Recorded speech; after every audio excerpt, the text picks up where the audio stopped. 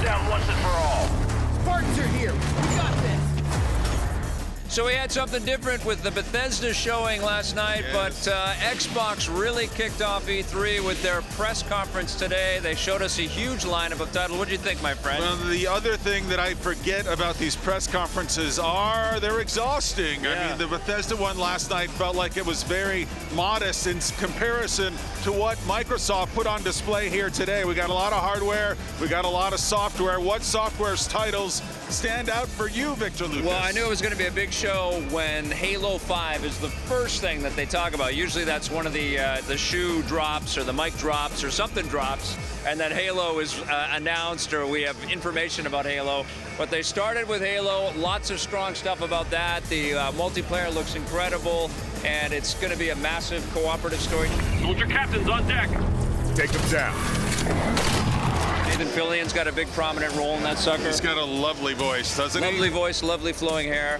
And then they just proceeded to, hit us with title after title. We've got The Division coming. They've got to deal with EA Access, and more titles are coming, like Dragon Age Inquisition. They had the Recore game from Keiji Inafune, and also Armature, the guys that worked on that Batman side-scrolling title, ex-Metroid Prime people. Yeah. What is it?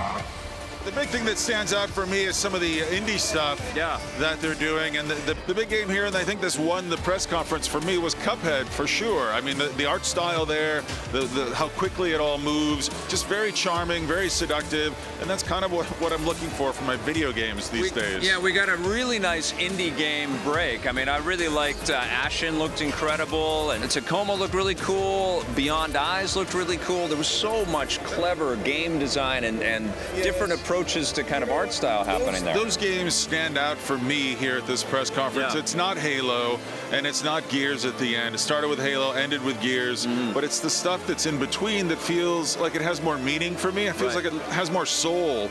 I mean, these are games that have more originality and more, I don't know, those games really stand out. There's some pretty cool risk-taking there, but there was also risk-taking happening when we had titles like Rare's Sea of Thieves, which is a Pirates-themed thing. It's nice to see Rare trying to get back into that action-adventure type of form, and then they've also got that replay pack, which there's a lot of this resurgence of old titles happening in this business right now. Speaking of which, Xbox 360 backwards compatibility was a big announcement at the conference, and it rightly deserved all the focus and the applause that move generated. But then there was a big hardware presence here at this conference, too. I love the new controller that they announced, which is huge, of course, but everyone's going to be talking about the HoloLens and their deal with Oculus and how all these things are going to work together in the future. And I really didn't know much about the HoloLens coming into this, and it does feel like it's somewhere between the way we used to game and where Oculus is going. Yeah.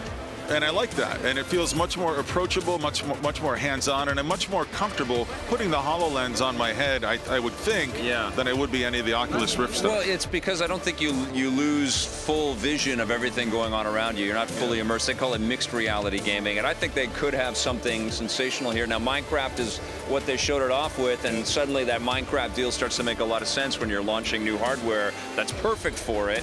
But I think the secret sauce for HoloLens is going to be all the Windows 10 applications that they're going to build for the thing that we don't know about yet, plus whatever gaming they come up with, other than Minecraft, I don't think it's quite, Milo kind of Peter Molyneux caliber moment. Yeah. But it feels like it's a step towards that. It was, everybody was just, their jaws were hanging open. And I think that there's a cynicism that comes into play because we all felt a little underwhelmed by Kinect over the years, and I think we're all naturally sort of like, okay, let's wait and see kind of thing. But I don't know. HoloLens looks incredible to me, and I think it's insanely cool that Microsoft is being so aggressive with Oculus and with Vive, with Valve as well, which is what they announced here. So they're really pursuing VR gaming in some pretty significant ways. I think they did a great job. They had a wide range of stuff to look at and be in awe of. The new Tomb Raider game, of course, looked great. I love Lara Croft.